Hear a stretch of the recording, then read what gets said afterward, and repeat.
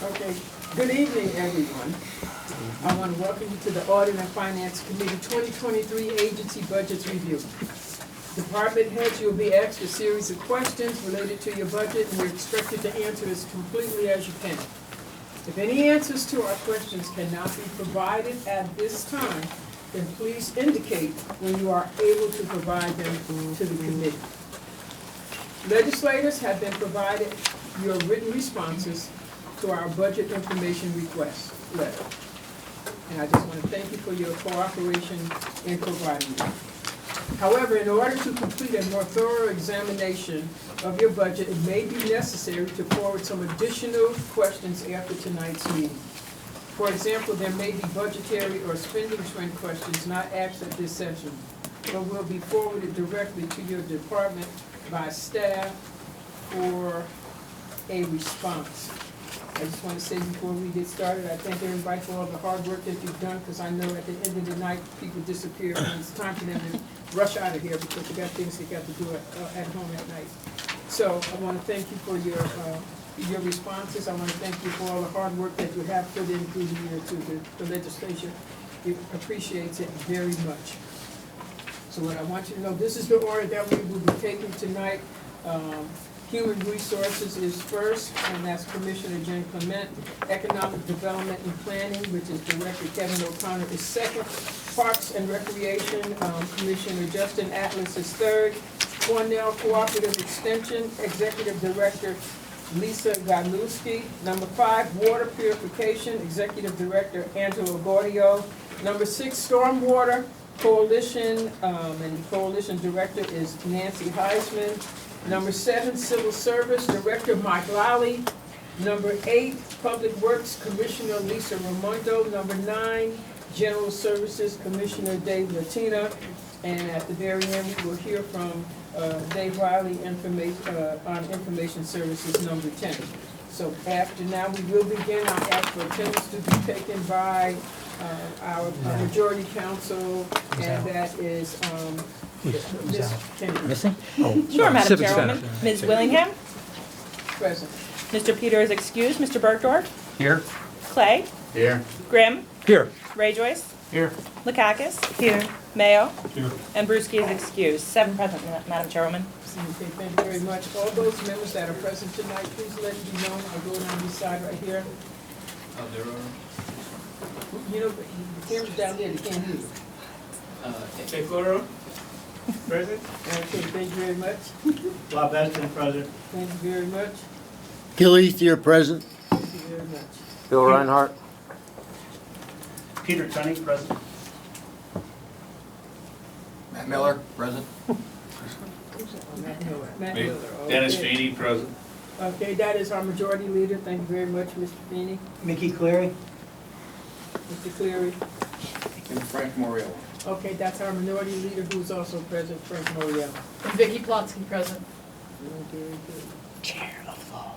Sure. Yeah, I like that name. Terrible. All right. Yeah, what's that? Okay, we're going to get started now, and I'm welcoming our Commissioner Jen Clement from Civil Service. Excuse me, I made a big mistake when I said that. Human Resources to the table, and everybody has their page numbers, and that has been provided. Is that correct? Okay, very good. All right. Good evening. Ms. Clement. We have minimal changes proposed for 2023 to the Department of Human Resources budget.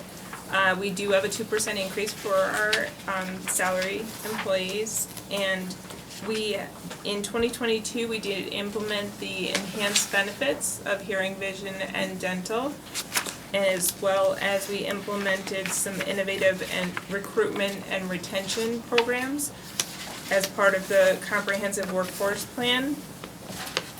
Those are just a few of our items for 2022. That being said, we are satisfied with our budget for the 2023 Department of Human Resources, and I'd be happy to answer any questions you may have. Okay, all right. What I'll do is I'll start with a couple questions that I have, and then I'll open it up to the rest of the members. The first question is this. Please explain the performance indicators and the metrics usage by department heads for unionized employees? And what are the concerns and issues with respect to this area of personnel management?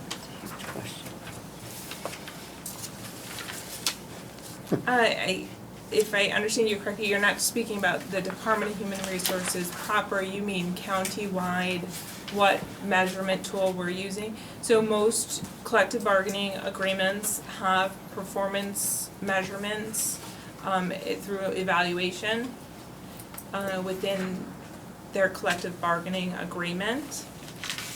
Specifically, they may vary if they have negotiated differences for those measurement tools. I hope that answers the question. Yes, I think so, All right, so, now, let's go to this, there's an additional $50,000 added to your budget for temporary help.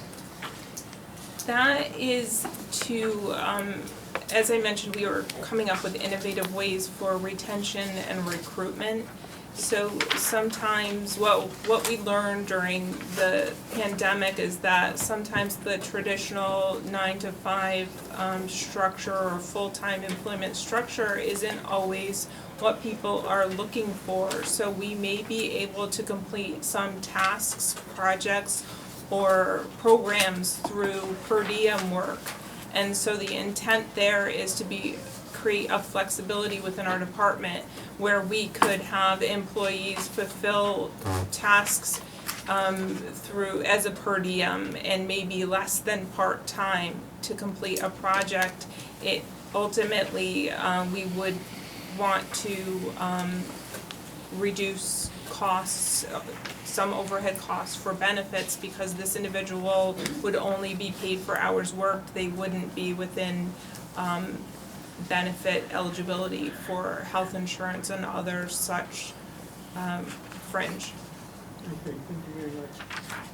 Now, next question then, how has the waiver of residency requirements affected hiring in Albany County? We've seen an increase in applicants for positions across the board. It took a little while to kind of get the word out through our advertisement without a residency requirement being listed, and therefore we did see a dramatic increase in the number of applicants to positions.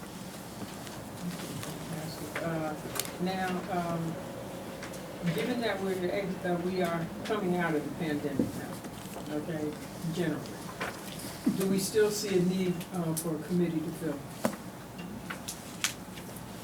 The committee to fill serves the purpose to review every position as it becomes vacant to determine necessity and whether or not that position needs to be evaluated for being perhaps reclassified, and whether or not, again, we are able to recruit employees for that specific position. It also enables a momentary pause for review through the affirmative action process, and it is very effective for reviewing positions as they become vacant.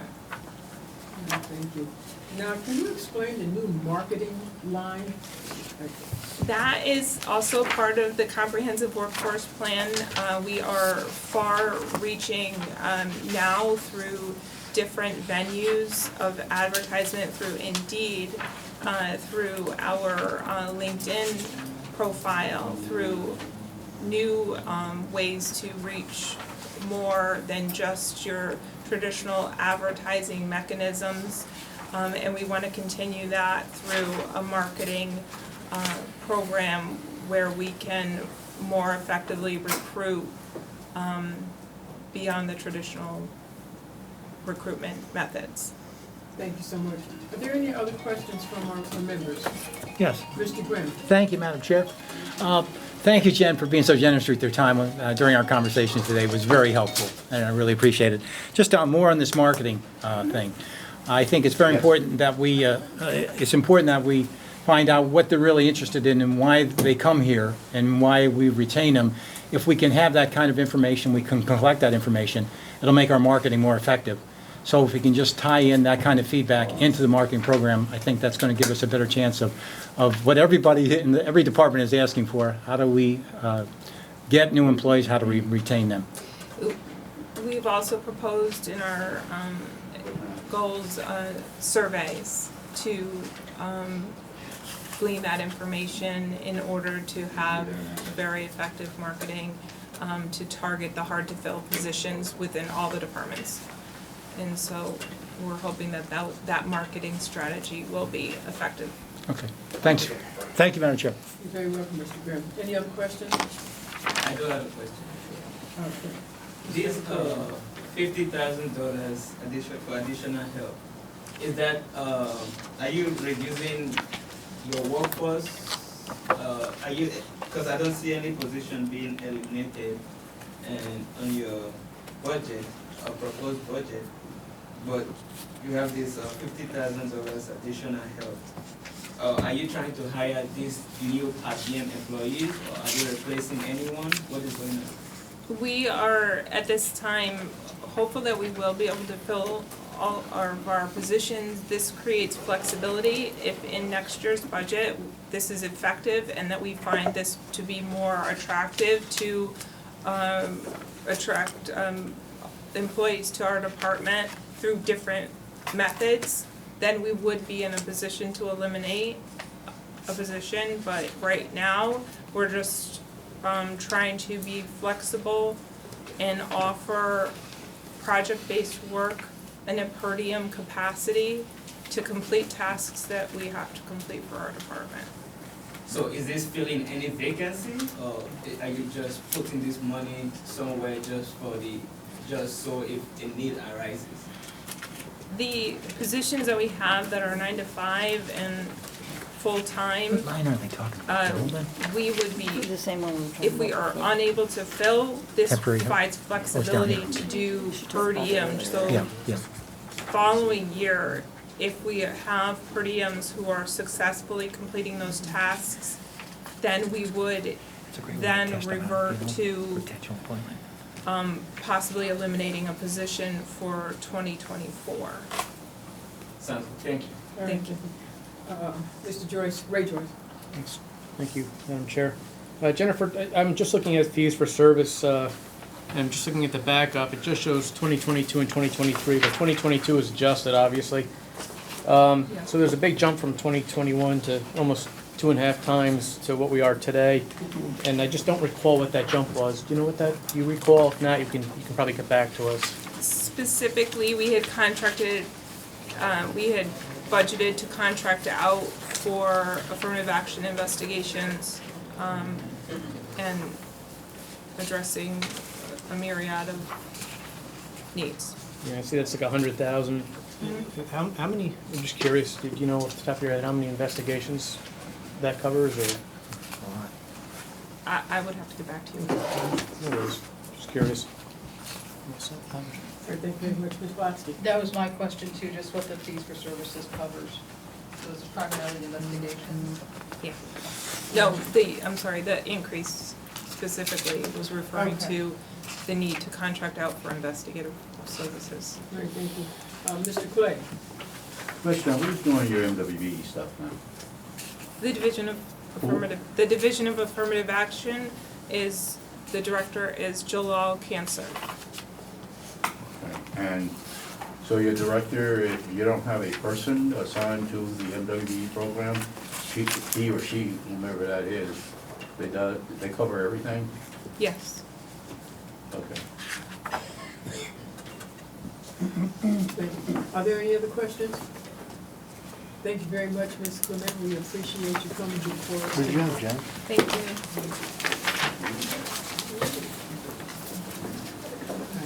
I just want to remind, as we change to the next presentation, Mr. O'Connor is next. table on For the economic affirmative action. development, I want to remind our members says that goals, if you but I have don't questions, see, like, what's the please goal put them for through to the 2023 or the legislative goal for email. 2026? so that we can get some responses in, so that when the department heads come in, we can ensure that they're prepared for the questions, about. Thank you very much. That's the way I read it. Good evening, Mr. O'Connor, how are you? Good evening, Madam Chairwoman. Very good. All right, we're ready for your presentation. Thank you very much. Well, good evening, ladies and gentlemen, and thank you for the opportunity to present in front of the committee this evening. As you know from our budget submission, our position count has remained flat. We're requesting the same funding as we had last year for the operations of the department and the Advance Albany County Alliance. The two new items in the budget that you'll see are the funding for the so-called STAGE Act, and that stands for Sustainable Technology and Green Energy Act funding. And maybe just a couple of minutes on that. That's a piece of legislation, of course, that you passed earlier this year, which will enable us, after we do a plan in consultation with the Commissioner of Budget and Finance and the Controller and the Legislature, we will have a plan in place and go out and start funding these companies and making sure that they wind up locating in Albany County. In particular, the companies that we'd be looking at are companies like Plug Power, who you're all aware of the transaction we did with them earlier this year. The offshore wind companies that we see a lot of activity at the two designated ports in the county, the Port of Albany and the Port of Queens, which we see an awful lot of activity right now, and any of the other kind of alternative energy or green energy companies, solar, wind, battery, electronic vehicles, and the like. I think this is going to be something that will really put Albany County out ahead of the pack, and it's just very much in keeping with the direction that Governor Hochul has established as well, and keeping in sync with the energy guidelines that the governor has put forth in the the CPC? CLCPA, yeah. CSCPA, right. So in addition to that program, Madam Chairwoman, we also have this Community Projects Fund for $3 million, and that'll be an add-on to some of the other funding mechanisms we already have in place, such as the ARPA program. So those are really the main developments in the department, and if there are any questions, I'd be happy to answer them. Okay, all right. I'll start with this. The department's budget contains $250,000 in operational funding for the Advance Albany County Alliance. Can you speak to the need for sustainable and permanent funding for your organization? And also the revenues from the Altech Fund? Sure. Let me answer the second one first. The Altech Trust Fund, for those of you who don't know, is a function of the former Altech steel plant in Colonia that was shut down, but it was funded originally with a grant from the federal government, the Economic Development Administration, and the payback of that fund went in to fund a loan program in two counties in New York State. One was Cattaraugus County in the western part of the state, and the other one was Albany County. Right now, the balance of the account is about $20 million. $12 million of that is out as loans, and we book that as loans receivable. And we also have about $8 million available to lend out to small and medium-sized businesses throughout the county. One of the significant developments in that program in this year was the offer by the Economic Development Administration, the Federal Economic Development Administration, to what they call defederalize that program. This is the first time I've ever heard of such a thing, but we jumped all over that and worked with the administration, and that program is now solely and exclusively at the direction of the board of the Albany County Business Development Corporation, which you all have appointees to. So we're looking at that program right now and seeing if there are any different directions we want to take with that program, maybe in the area of shovel-ready sites, or to augment maybe the STAGE program or any other needs that we see coming up. I'd have to say that the two most important needs that we have are one that you mentioned, which is a recurring revenue stream. As you all know, our neighbor just a little north or west of us in Schenectady County has a carve-out of their sales tax revenue. In their 2023 budget, that amounts to about $10.7 million for Schenectady Metroplex to do what they have to do. They have a staff of about 25, 30 people, and they're doing some great things in Schenectady, and many of you have seen the work they've done downtown. You know, this is a tough thing. I think that the Alliance and the department is evolving. You know, we're really just getting out of the gate right now, but eventually we're going to have to identify a permanent revenue stream for that, and what that is really going to be a function of what you think it should be, and the county executive and so on. So unfortunately, we don't have a lower sales tax than our surrounding counties, which is what the situation was in Schenectady. They had a lower sales tax at the time, and they brought it up and gave that money to the Schenectady Metroplex. But the other tremendous need that we see out there right now, Madam Chairwoman, is that of workforce. As you know, we've done pretty well in creating jobs in the county. Plug Power alone is going to be responsible for 1,600 new jobs. The offshore wind industry, I think, has got the potential to represent thousands of jobs. And the question is where are we going to get these people to take those jobs up? And how are we going to train them? How are we going to make sure that the people that are unemployed or, you know, or even chronically unemployed are put in a position to be able to take these jobs? Many of these jobs, as you know, do not require college or advanced education.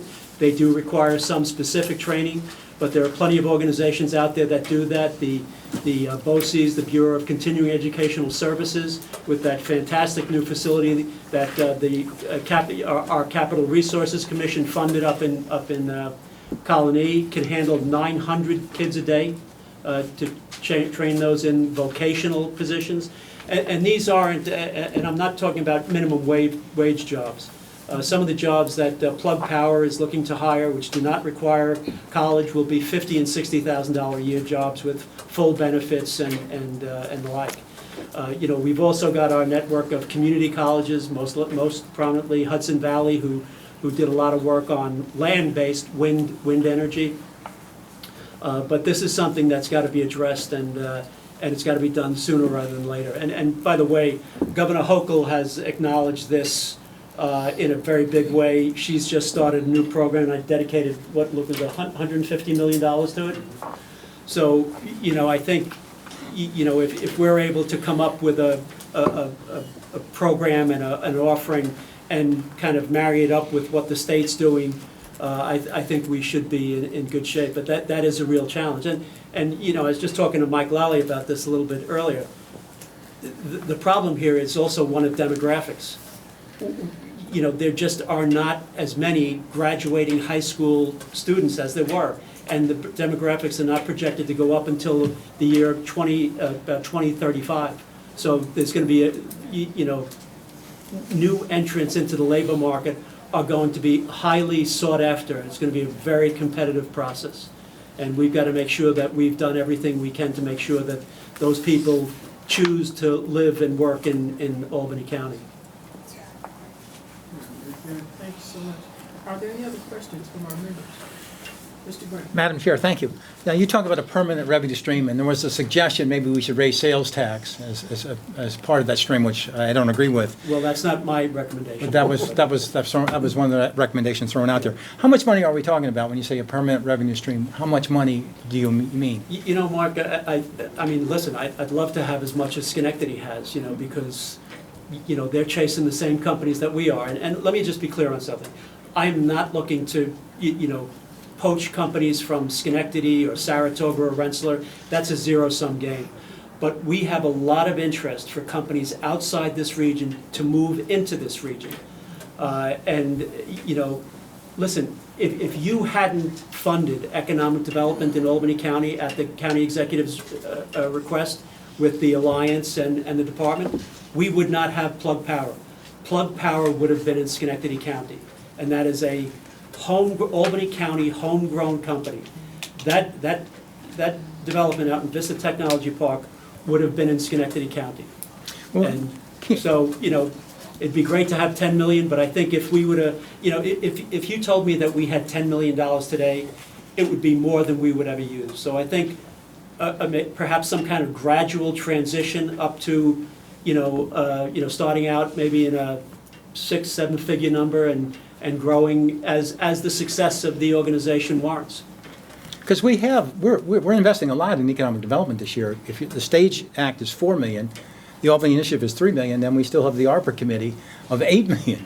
So why couldn't some of that money, for example, we were able to find 2 line items that are $7 million. Why wouldn't, in the budget, we be able to find a line item that would be a permanent solution to the kind of money that may be helpful to you? Well, as much as I would like to pretend to be budget director, I'm not. And I defer to Dave on that front, but, again, Mark, the ARPA money, that's a One time. one-shot deal. Yeah. And, the idea here is to get the word out that Albany County is open for business. And that word is out there. I mean, what you've done by making the resources available, and particularly I have to give some credit to Chairman Clay here for making the money available through the IDA reserves, that has gotten the word out that this county is open for business and we're serious about it. And that's the kind of message that we have to get out there, that this, let's just take, and I know this is a way outside, Onondaga County just attracted Micron in there. That is a $100 billion investment in the town of Clay, New York. I don't even know how many people are in the town of Clay, New York. I doubt if it's even 50,000 people. Yeah, it's less, But yeah. Onondaga County, in that one transaction alone, the county itself put $25 million into that project. And for $100 billion and 9,000 jobs, that, in my estimation, is worth it any day of the week. Can I answer about your performance indicators, item Yeah. 15, which I've talked a lot about? Yeah. You're very clear about this. Private sector investment in dollars, creation and retention of jobs. I love the clarity there. Right. And then you list what we produced, created 1,600 new jobs. The only problem I've seen in economic development generally is people put that number out there, Right. and they don't follow through on the jobs they're creating. They say, we'll create this many jobs because they're getting government money. Yeah. What kind of accuracy system do we have to make sure they deliver these jobs? What we always tell the companies is give us conservative job estimates because we're going to hold you to it. And by that we mean every deal that the IDA negotiates, they have what they call clawback provisions in there. And if the company does not create the jobs that they said that they were going to create in the time frame that they said so, we will come back in and take that money back from the company. And that's a legally binding contract. In addition to that, before any of this even happens, every transaction that we will do and that the IDA has been doing will have an economic impact statement to justify the investment in that company at the front end. So we'll know before we put a single nickel into it, is this really worth, is the juice worth the squeeze? And then after the fact, we have these clawback provisions, which we have with Plug Power. So if they don't come up with those 1,600 jobs, there's going to be a truing up that's going to be very uncomfortable for them. That's reassuring. All right. Thank you, Kevin. Thank you, Madam Chair. You're very welcome. Mr. Bergdorf. Kevin, when we passed the Stage Act, which I was very supportive of, I had a concern, which you sort of talked me through, about our traditional economic development efforts for businesses that may not be specifically green, et cetera. If an insurance company wanted to come in and cite a regional claims facility here that was going to have 400 professional jobs, what tools do you have and what dollar sources? Dan Lynch alluded to some of them last night. I asked him a similar question.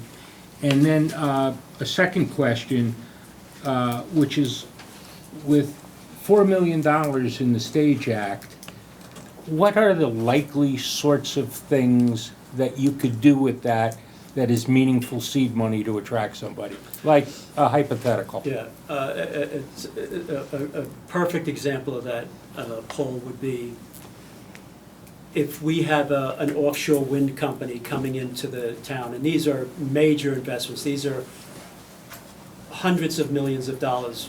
Luke and I are working on one that's looking very good, that is, I think, almost not 900 million.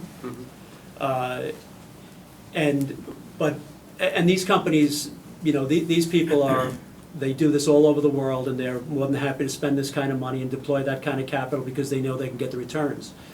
Where we can be helpful to them is in making sure that the sites in our county are ready for them to go into it. And the state has started this so-called Fast New York program. There's $250 million that they've put up to get sites to be shovel-ready, meaning that all the infrastructure is done, the planning, the engineering, site prep, geothermal, all that stuff is done so a company can get in very quickly. Because if you can't do that, you're going to lose out to other states and maybe even other countries.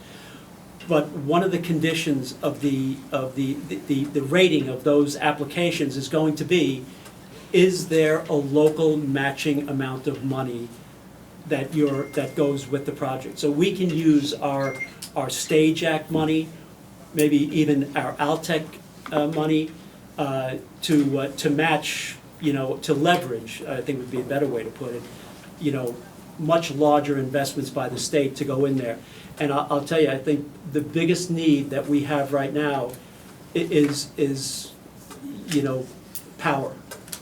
Our power distribution network in the county and throughout most of upstate is highly, you know, problematic. It's, you know, the problem of years of deferred maintenance, and you know, we've had some successes in working with National Grid, and down in Queens, you've got Central Hudson Utility in there too, and working with them to try to upgrade those networks. But oftentimes, those upgrades take years.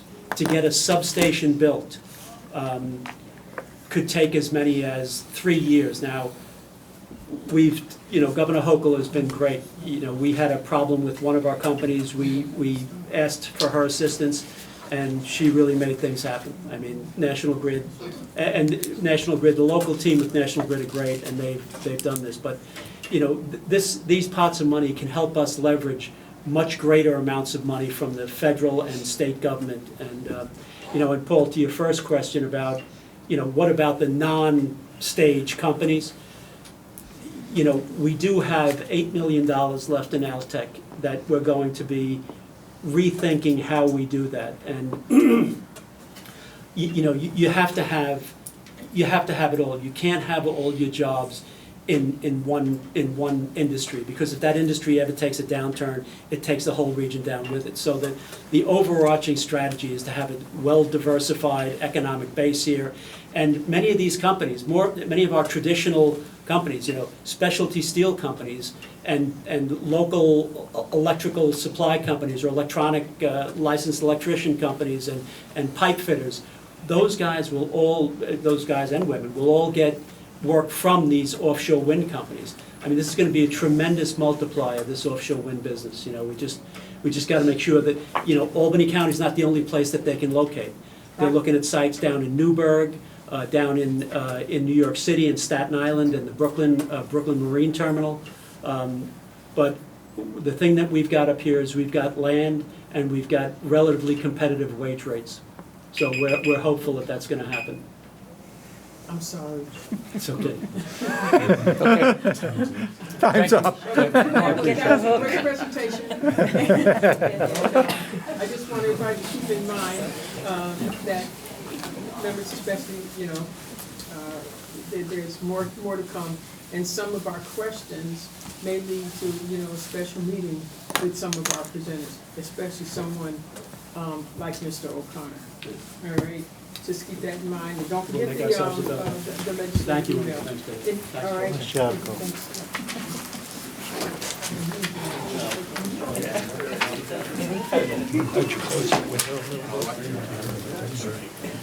Okay, close it a little bit. want it open? You're the second guy out. I put my jacket on. You put your jacket on. I got a sweater and a jacket. Did you see the letter they sent, the email today out Is there? your turn? Want any recommendations for everybody? Would that slow everything up? Again, I just slow want to things up. remind the members that if you Yeah, have but questions. for them to look at it, that's gonna slow them up too. Thank you. Mr. Atlas. No, but when they have the Mr. meeting, Parks and with that, Recreation, and, looking at the other stuff, will Mr. slow them You're down. going to begin now by having his presentation. Thank you very much. Good evening, everybody, and thank you, Madam Chair and committee members, for the opportunity to speak to you today and everybody else here tonight to present on the proposed 2023 Parks and Recreation budget. Very excited about it, as it's a budget that we feel can help increase services that we are currently offering, as well as new opportunities that we're looking at being able to fill the gaps in services that we've identified over the past 6 months.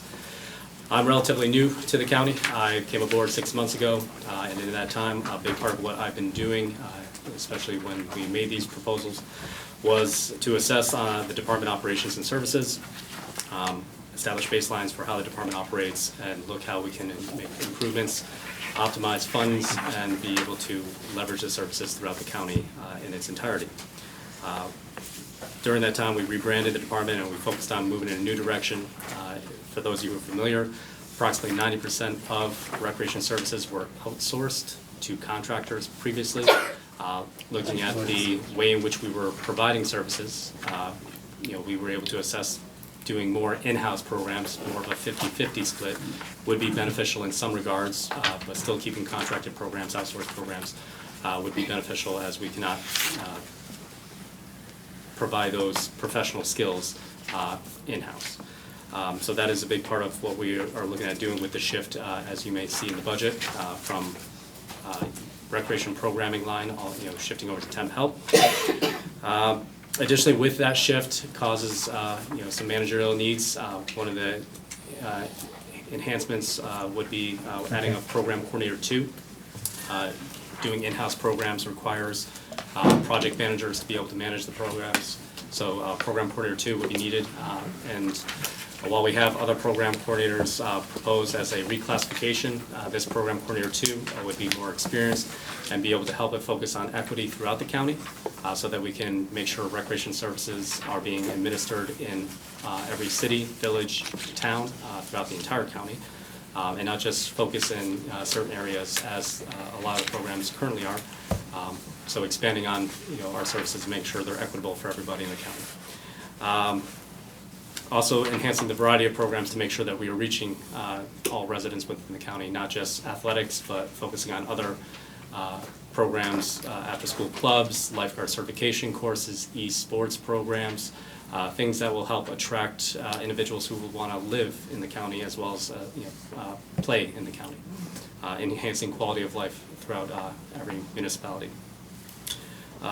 And this budget helps us build toward the future by utilizing, reclassifying the job titles and modernizing the workforce. We're also bolstering services as we go along. This budget will allow us to be able to achieve every goal that we're setting out to do, and again, focus on the equity aspect, as well as providing more bang for the buck as we move forward into the new age of Parks and Recreation for Albany County.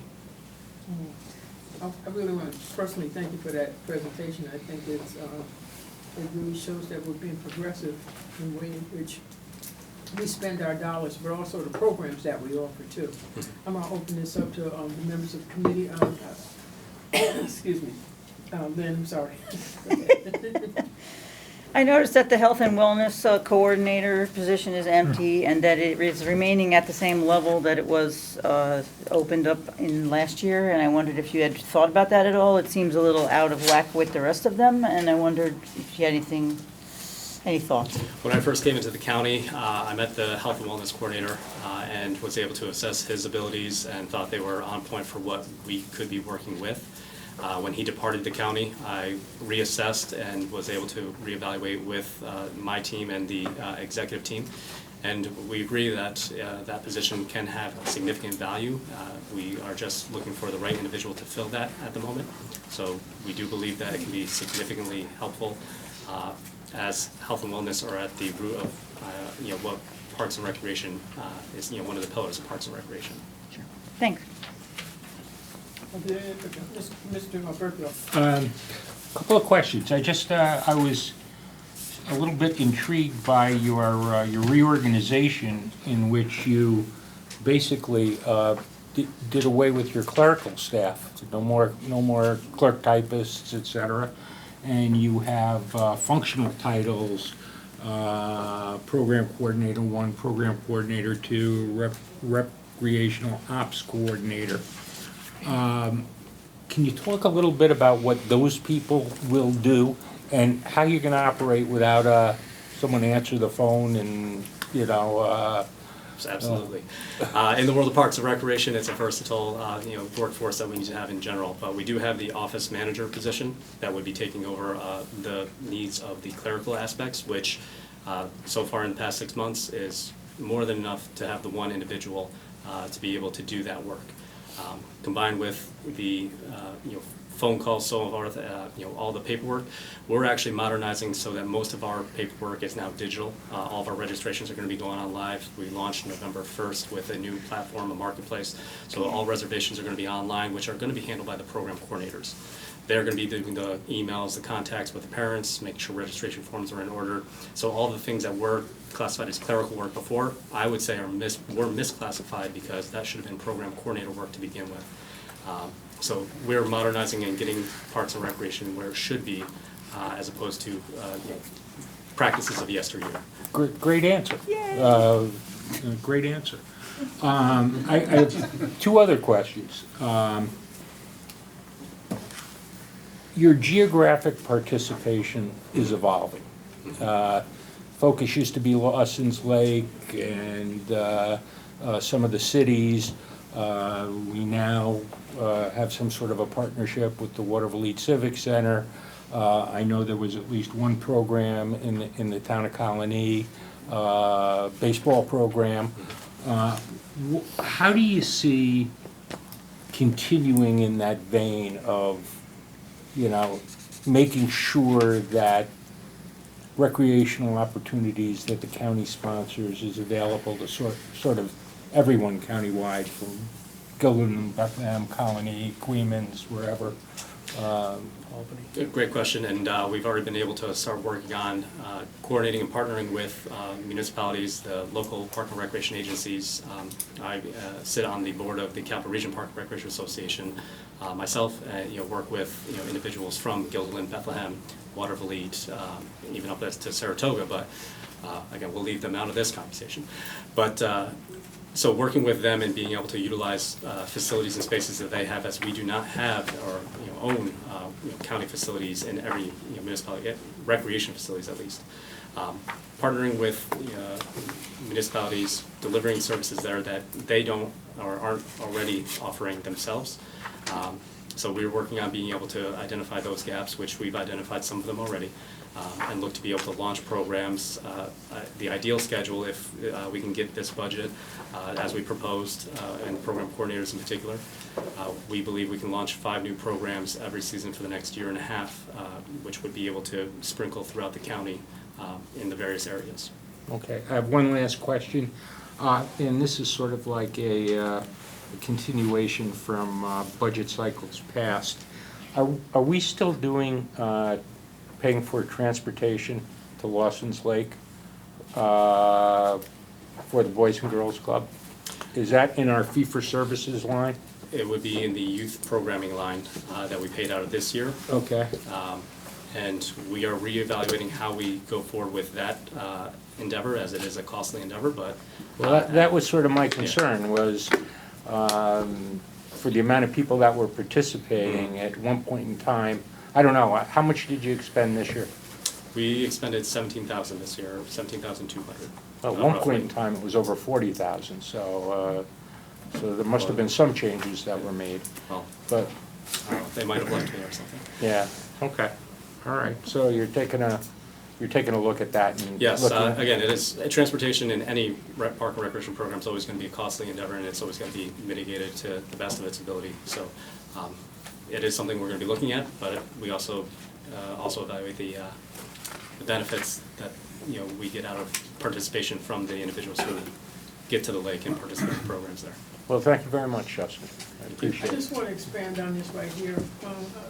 It is beneficial for that transportation cost for the Boys and Girls Club, but that amount of money that you see in that line is not just for the Boys and Girls Club, because you go down in the Queens too also. Yes, we do, we are planning on busing the Queens program up as well on 2 days out of the week.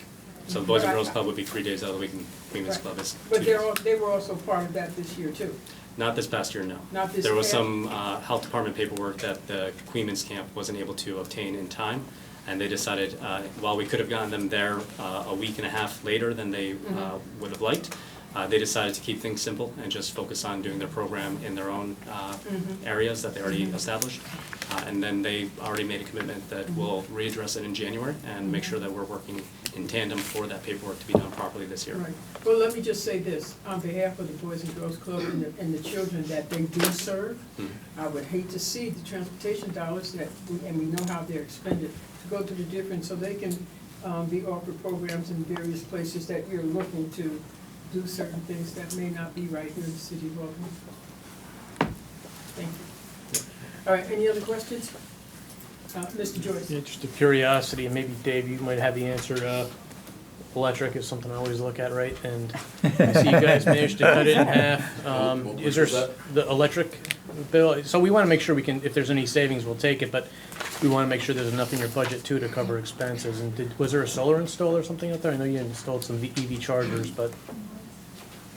Well, we did new HVAC equipment a couple of years ago, that was part of it, but you're seeing a $31,000 actual for 2021. We just did our analyses based on current year-to-date trends, where things were going, and it looked like we were gonna.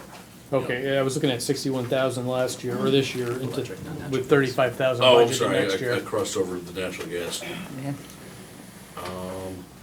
Let me take a look at that one, just to Yeah, give you just the want to make sure you answer. don't come up short. Okay, Ms. Napier? That transportation, is that just limited to the Boys Club, or anybody in the county can use that service? We're actually looking at how we could possibly do more throughout, including the Boys and Girls Club, but other areas as well. We had the idea and the notion of possibly doing a multi-municipality camps at the lake at the same time, because the idea of having kids from the city of Albany playing with kids from the town of Bern or Knox or the city of Watervliet all at the same time, to be able to build friendships and help expand cultural competencies for our youngest generation during the summertime as a win-win for everybody. So we're looking at how we could possibly provide bus services at a central location in multiple corners of the county.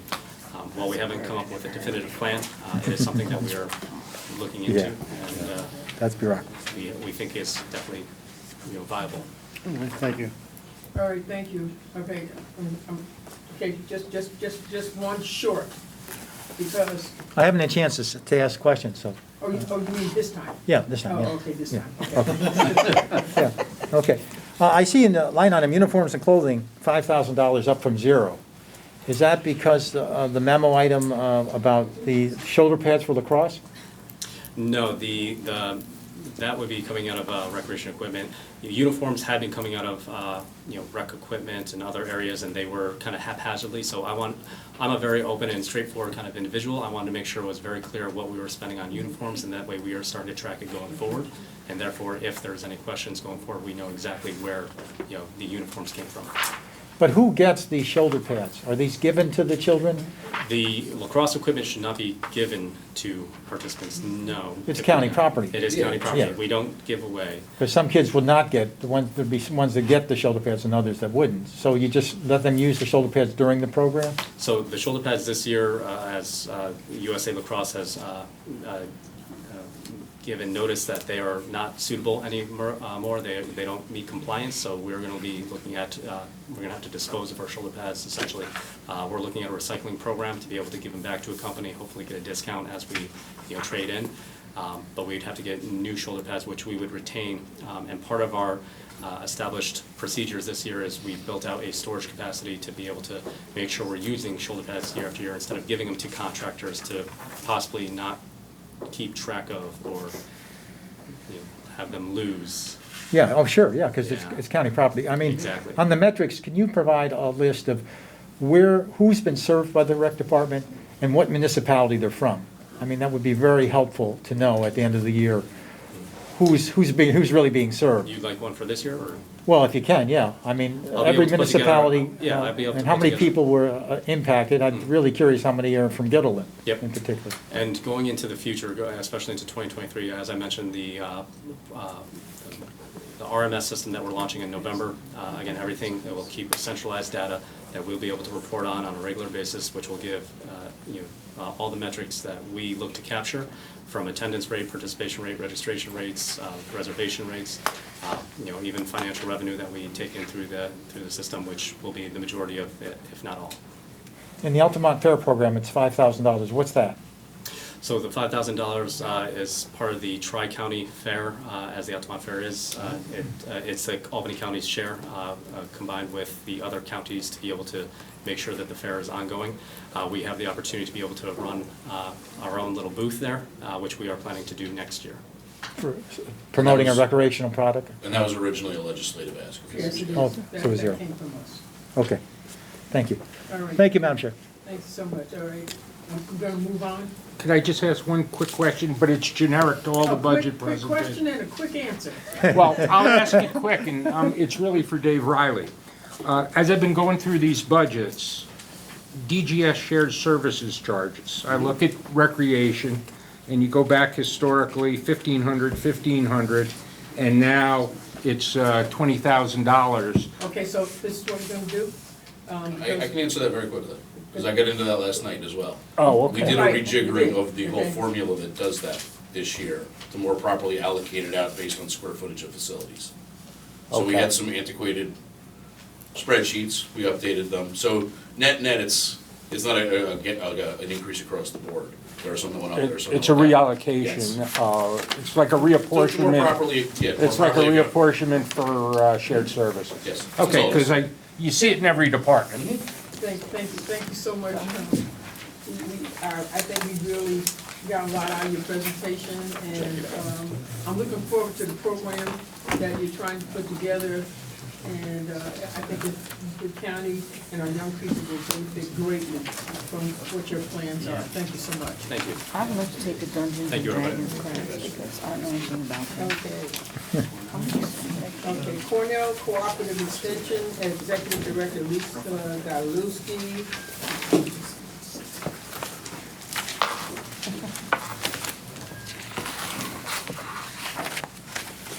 Good evening. Good evening. Thank you very much. Glad to be here. I just want to take a few minutes to talk about our simple budget. We are very successful with keeping it at level to basically just the additional 2%, but we have specifically asked for some support with a program that we recently lost. The county executive and the commissioner of health is willing to support us trying to keep our Healthy Homes program going countywide. As most of you know, the Healthy Neighborhoods program was a 6-year project that we had in collaboration with the county health department to provide asthma intervention, lead poisoning prevention, safety, indoor air quality, tobacco cessation, and a variety of other topics through a home-based program that was zip code specific. That program did not get funded again after March of this year. We were able to put together a few dollars to keep the program running in a very, very simple fashion through some MVP Foundation dollars that enabled us to actually spread it across the county, which was wonderful. And so our representative to from the county legislature to our board of directors, Chris Smith, said, why wouldn't we try to keep this going and keep serving the residents of Albany County with this very much needed program and referral system too. It's not just a home-based intervention and support program, an educational program. It's also a referral back to the health department and to the other programs that we provide for the county, HEAP, SNAP education, dietary services for seniors, and all sorts of other health. And also connects now to some of the program initiatives that we're starting, which is our new program for fellowship, which is workforce development for healthcare workers. We're starting to move into the clean energy arena and providing education for at-risk audiences from that vantage point, and also we'll be starting to spin off into some workforce development connections. So there's lots of new initiatives that will also help with that referral system as well. So I'll end there, but if you have any questions for me, I'm happy to answer them. Well, thank you very much, and I thank you for your explanation and presentation on the Healthy Homes program. Are there any other questions from the members? Yes, Mr. Graham. thank you, Madam Chair. I noticed you have these farm visits, which I find quite intriguing, but only for City of Albany kids. Is there a possibility that some other areas would be able to get access to these farm visits? So I don't know what exactly you're referring to, if you could just help me. In your highlights, your current here highlights on your first page. City Farm. That's It's our coming farm. back to me Yeah, now. my farm. Yeah, so we have an individual who has been with Cornell Property Extension, a staff member for 40-plus years. He actually lives on the city farm and helps to maintain the city farm. And he's able to connect with, I think it's the Delaware Avenue Association is connected to It's Friends of the Friends Norrisville of, Farm. thank Real you, farm? thank you. Yeah, Friends of Norrisville 600 Farm, acre and farm so in that City program Limits. has grown over the years, but we do bring other groups there as well. And in fact, we just had a large family farm day on Stanton Dairy Farm in Queens Hollow, and we had over 1,000 people attend. And that's coming from all of Albany County. to Yeah, there's a lot of attend. suburban kids that have Yeah. not been to a farm. Yeah, And it's for quite an sure. educational experience I to visit a agree. farm. Completely agree, yep. Okay, thank you. Yeah, Thank we you, would Madam love Chair. to do more, absolutely. Okay, just, Very good, very good. Mr. Bergdorf. Just keep Very in mind there's kids quick outside question. I think I remember that some of the consulting services that you were doing for the county, I don't know if it was HEAP or energy assistance or the energy programs, you were limited, you were doing certain geographical areas? Has that, is For that certain- true, not true? Certain programs, that is true. When we were doing weatherization, we Yeah, had that's- half the county, and ACAP at the time had the other half, the more urban side of the county. So there were lines drawn by the state for that to be provided by two entities. We were one of few counties who are allowed to do that. Usually it's just the community service providers that do that. HEAP, we are countywide. We provide that service countywide, as we do with our aging nutrition services, which is new last year. Okay. To support the aging department. So, sometimes it's based on the grantor, which, So which one, are you still bifurcated in that other program that you talked about? weatherization? Yeah. No, we haven't been doing weatherization since, 2017. Okay. Yep. Okay. We do a little bit to support Albany County rural housing, and we were working a little bit on the Green and Healthy Homes Initiative, which allowed us to continue to do assessments, but our risk assessor would not allow us to do the more home repair side of knowing that our mission is really outreach education. So, Thank you very much. yeah. Thank you, Madam Chair. That's a good question. Thank you very much. Any other questions? If not, we'll move on to the next presenter. Good Okay, evening. thank you very much. Thank you. All right, next is Water Purification Executive Director Angelo Gaudio. Thank you, Madam Chair, and thank you, everybody. Good to see everybody in person finally. Yeah. This was a challenging budget for us this year, primarily due to inflationary pressures. In addition to that, we've also been struggling with staffing levels. So the two of those things really kind of drove kind of the decisions that were made this year in the budget. Just for kind of point of context, this year we lost 10 of our process operators, which essentially equates to 35% of our working staff. Most of those were due to retirements, but we have lost some individuals to other opportunities. We lost one to DEC just recently. So when we developed our budget this year, we really were looking at ways to retain staff. So to that end, we did increase our training budget line by 12%. We are also looking at programs to better equip our staff and train them. So we had initiated an apprenticeship program last year that kind of really started this year in earnest, but that allows individuals in lower titles to work basically at a title with the opportunity to then be promoted into those higher titles to allow them vertical mobility kind of through the organization. So we're happy to get that kind of program off the ground. We have started initial discussions with BOCES as well, with the hopes of kind of developing that program with the idea that we would be able to develop a relationship and recruit some of those individuals. In addition to that, we've also started requiring that our operations staffs, our new operators are trained through basically a SUNY program, which is basically a certified wastewater program. So we are now mandating that all new hires go through that basic operations course, which is again a SUNY program. So some of that additional cost is really to kind of support those educational efforts on that side of it. Along a similar line, on the salaries for the non-union staff, we are looking at 2% across the board, with the exception of our superintendent of operations. That individual, we are looking for a 10% increase for him. Some of that is retainage. He was also awarded the areas of wastewater of the year through the New York Water Environment Association earlier this year. So we certainly are happy to have him on board, and we're looking to hopefully keep him. So that request, I think, is deserved on his end. In terms of other new lines, we do have a temporary helpline programmed in the 8120 group. This is primarily due to an administrative assistant that we have that is slated to retire next year. So really it's going to be succession planning, so we can identify and bring somebody on board, have them train under the current administrative assistant for a period of time before ideally kind of moving them into that permanent title. Other just increases are primarily due to inflationary pressures, as I indicated. Just a couple. Insurance, our insurance line went up by 22%, which is equivalent to $41,000, just rounded down. Electric really was our big increase. We're looking at a 27% increase year over year on electric, which is $420,000, which again is a big expense for us. And fuel and chemicals kind of rounded out. Our chemical line was up 37% year over year.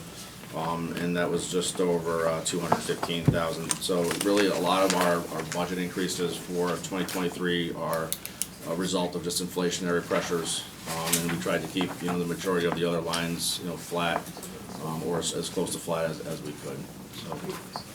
So with that, I guess I'll open it up to any questions you may have. Okay. All right. Are there any questions from Ms. Bergdorf? Angela, I see you're, obviously with all the vacancies, you've got an overtime line. Doesn't look to be like it's a big number unless I missed one, but you have a comp time number that's up significantly. Do you have a special language in your collective bargaining agreements that calls for comp time as opposed to overtime?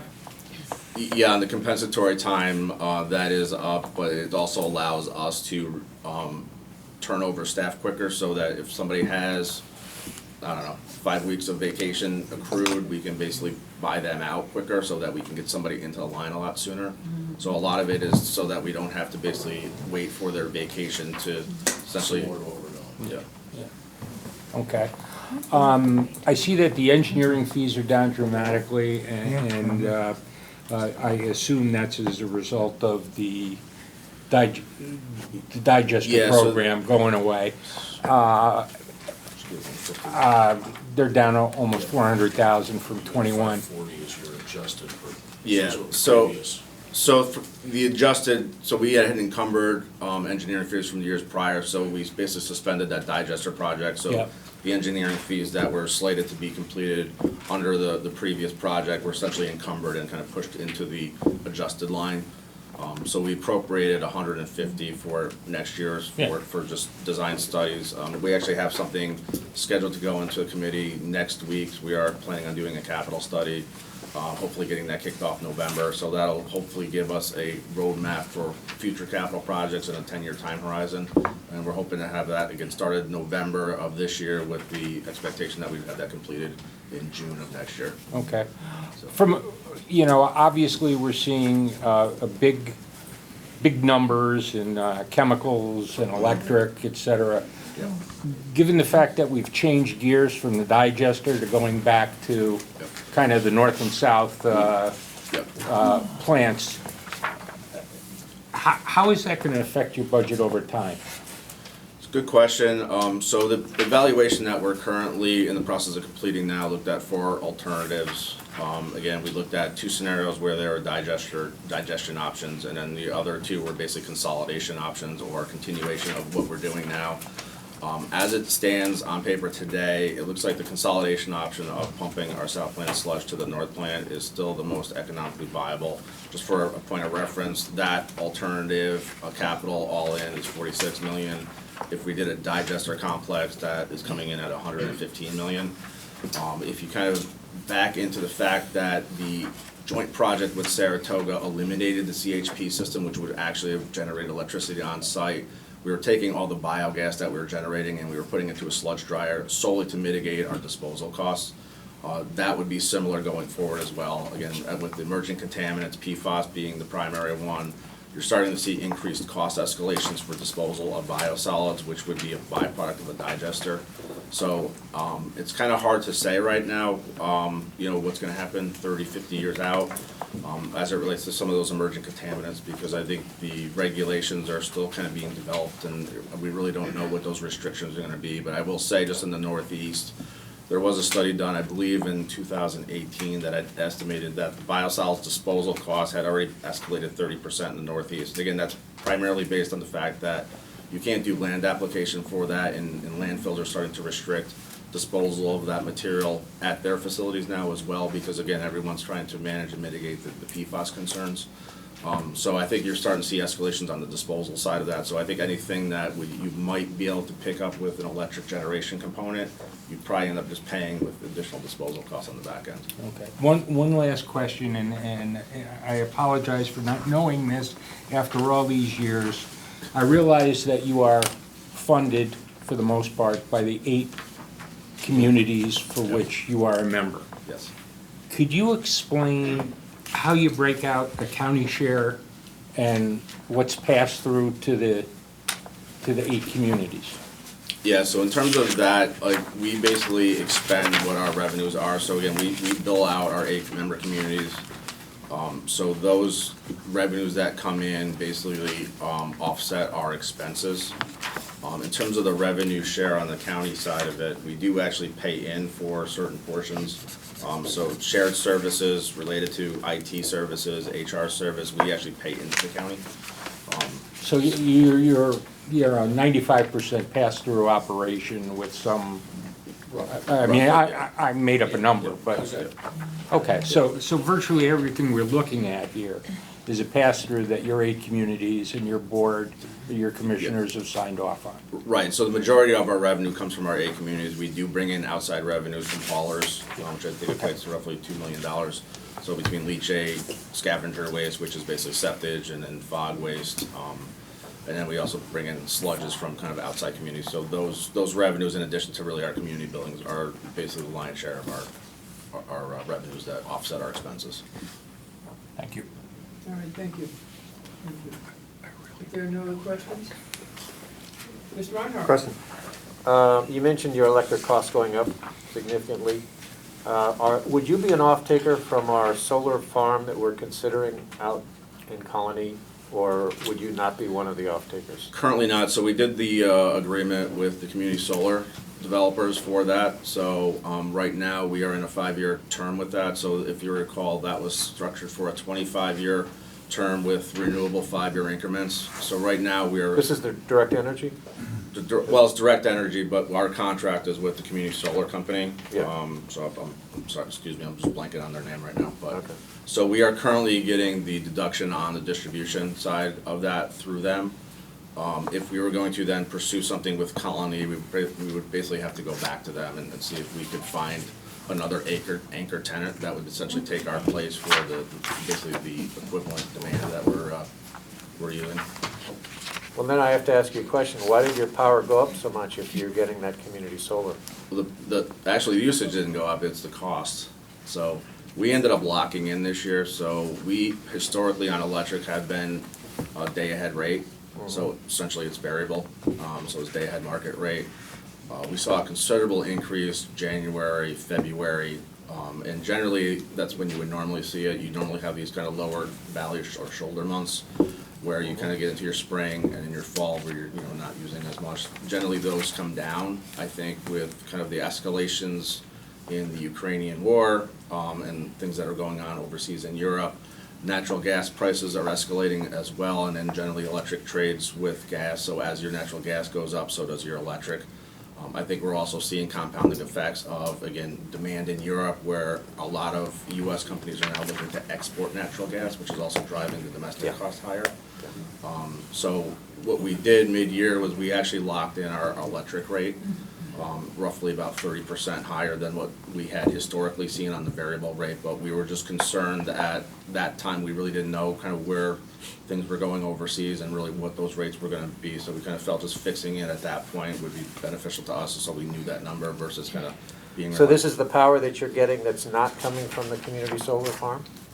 Or, I'm trying to understand how the community solar savings affects what your Well, increases we just were. get 10% on the distribution, so the supply is separate from that. So we were basically broken down. So National Grid is basically our distribution company, and then Direct Energy is the supplier. The community solar just offsets the distribution piece. It doesn't You come don't off get the supply credits? Not on that side, no. It just comes off the distribution side. That's odd. Well, never mind. We can talk about that later. Yeah. All right, thank you very much. Are there any questions from any other members? Thank you very much. I appreciate your presentation, and we are going to take a little small break right here in between. Angelo. I never remember. Good evening, Ms. Heinzen. Hello. We are ready for your presentation.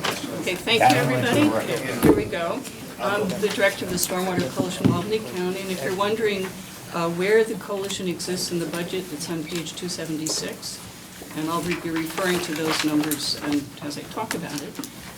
First of all, the budget that you see was adopted by the Coalition Board of Directors in September 16th of this year, obviously.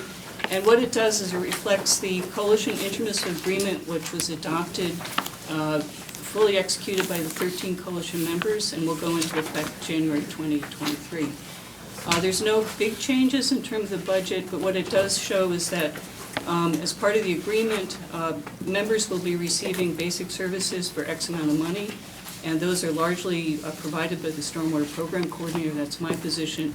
Some municipalities will be buying additional services focusing on GIS, and those will be provided by the GIS Coordinator. There's been a slight change in the civil service job titling to allow for the county to have a GIS coordinator position, with the coalition GIS work being moved to the GIS specialist. And that specialist would then focus more on the water quality pieces for the coalition. The basic services provided by the coalition, just thinking long-term planning for the coalition, are really honed to the stormwater regulations. Members won't pay in unless they get a service that's related to compliance with the Speedies permit, the stormwater permit, and that's largely making sure we get together monthly for meetings, which is where we do a lot of information sharing, filing of joint reports, which are mandated, and probably the big thing we do as a group is collaborate on training needs, because there's some very skilled membership communities, others that don't have the same expertise, so we always create a place to learn from each other, and it's very active in that respect. There's a lot of sharing. The other piece in terms of planning ahead is the additional services from GIS. There is a vacancy now. It was a big loss to the coalition. We lost a top-notch person who got a job paying $30,000 more in New York City. Very sobering to us because one of the decisions by the coalition was to ramp up our commitment to GIS because that was proving to be totally important for the permit implementation, mapping stormwater infrastructure, and using the technology to do quick inspections. It really saves a lot of time. And there's a lot going on with the technology to do that. So the loss of that position just means we have to figure out how to do it. Our backup plan right now is to use, as Jen was talking about, temp help. We've got some really good skilled people at the local level who want a little extra money, so we're pursuing that. And also the county might be moving forward with some discussion of that to develop a more robust GIS program, in which case we're very interested in becoming kind of a subset within that bigger GIS initiative. Because I think as a coalition, we've been mapping now for 10 to 12 years. A lot of good expertise, a lot of local municipalities have outstanding GIS programs, and they're all members of the coalition. So we've been able to grab that expertise and build it into what we need to do as part of the coalition. Hovering in the background, you may notice we're a staff of 2. We have a vacancy. Succession planning is definitely on my mind. I don't know how you do it when you're it. So I'm like, you look behind you and you go, okay. But we do have a really great hiring committee made up of the board representatives. Lisa also serves on it from DPW. Nobody wants this group to sort of fall apart. So we will find my replacement. I will train them. How long that will take, we don't know. But that's definitely a priority going forward. So that's the snapshot. So I'm open to questions, and here we go. All right, thank you so much for your presentation.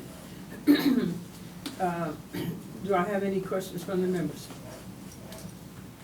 If not, thank you. Good That's it. evening. Okay, great. Thank you. Bye-bye. All right, we're all for the $81,000. That's not a question. Wait. Bye-bye. You should say hello and goodbye, yeah. This is civil service. Oh, did we get to look at it? Huh? Did you get to look at it? No. Pretty straightforward, yeah.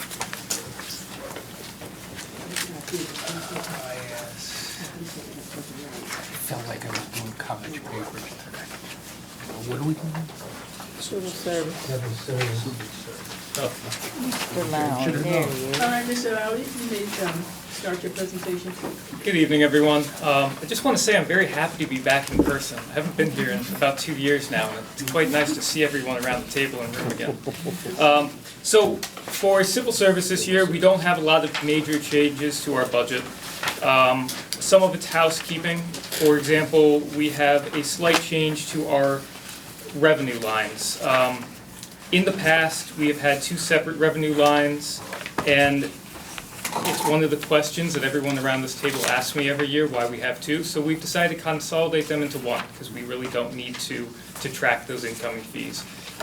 The way that we pay for exams now, based on just requirements from the state, is it just comes all through one area. So housekeeping, we're combining them into 1. It's going to be $5,000 lower based on projections from last year, and it's just good budgeting. The other change that I'd like to mention is a request to increase our senior personnel technician by 7%. I did a study. 3 relevant ones are here. The town of Colony, Tioga County, and New York State Civil Service. I list those because I just want to highlight that for the experience of a senior personnel technician, they can really go to the state, they can go to other entities, and they can get more money. I want to make sure that we're keeping with our comprehensive workforce development plan, recognizing positions that are key to operations, and making sure that we're retaining the individuals in those positions. Those are my major changes, so if you have any questions about other topics, I'd be more than happy to answer them. All right, thank you very much. I'm just going to start off very quickly here. Can you change explain the changes that the waiver of residency requirement has had on testing in Albany County? Definitely. So we've been tracking that, and it's very interesting to see. Anecdotally, I have received 2 calls in the past week from individuals who say, hey, I'd like to come work for Albany County, can I do that? And now when I ask where they live, it doesn't matter if they're outside the county. So we've been able to get a lot of people just coming in. We have been tracking the number of individuals who have applied for the exams. We can't compare it to anything because we don't know who wasn't applying beforehand, but we can definitely get you those numbers. Great. The other thing is, I know that there are kiosks around the county. Can you explain that? So those would not be kiosks for civil service. I believe those are for other purposes.